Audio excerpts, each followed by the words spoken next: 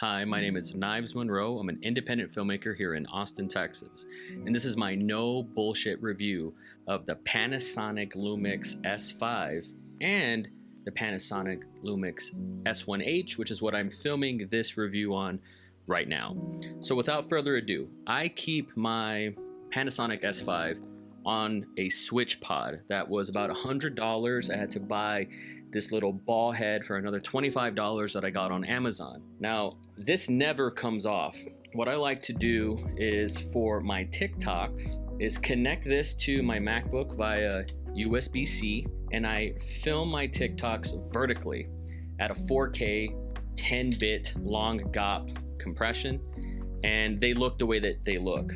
I film and vlog. That was a huge deciding factor on why I invested in the Panasonic Lumix series. I've made 3 investments over 10 years. I update my cameras, or so it would appear, every 5 years. In 2010, I invested in Canon's T2i series. In 2015, I invested in the Panasonic Lumix GH4. In 2020, I invested in the S5 and the S1H. What I love about them, full frame. I like the biggest depth of field of view as I can get. I like it more than Super 35, and I like it more than Micro Four Thirds. That's a conversation for another time. So I wanted the full frame, and I love vlog as my flat picture style. It's the best, it's the easiest to grade. I think the color is gorgeous. I think the skin tones are untouchable. This is just my personal experience. It's what I dig. Also, I love how friendly the ecosystem is with lenses. They're very adaptable. You can get L mounts for Nikon, for Sony, for EF, and there's the L mounts from Leica as well. So I'm a big fan of that. This is the Canon EF L series 35 1.4. I usually film my TikToks at 1.8. That's what you're seeing right here. Well, how come this is okay? But the CGI and Wonder Woman 1984 isn't. And I'm using a Sigma 24-70 2.8, which never comes off my S1H. Now, I do want to say I'm looking at myself right now with an Atmos Ninja V, and I detest that hardware. I think it's completely overrated. I don't need it.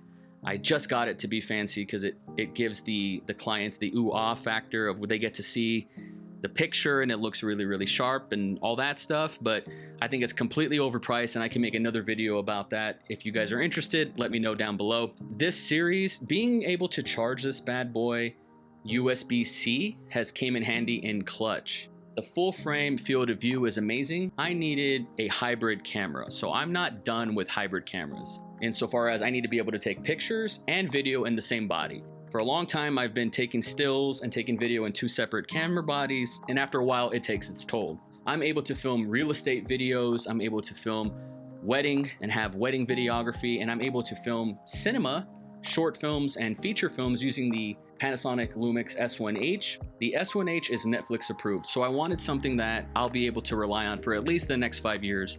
I have crazy aspirations to make stuff for Netflix and OTT platforms, and if I wanted to be able to do that with the Panasonic S1H, I'll be able to. So that's why I invested in that. The stills are absolutely gorgeous. Here's a few examples of the stills that I've taken with the S5. I love the Panasonic Lumix series.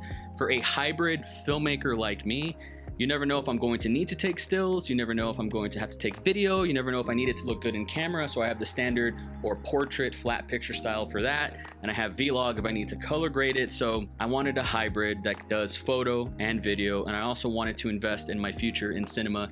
That's why I got the S1H. Together, I'm able to do all kinds of crazy things. So if you've noticed my TikTok and you like the way it looks, it's because of this bad boy filming vertically at 4K. That's my nut and bolts, no bullshit review. Could I recommend it to anybody? If you have the cash, absolutely. If you like what you're doing right now, then I don't think you need to upgrade.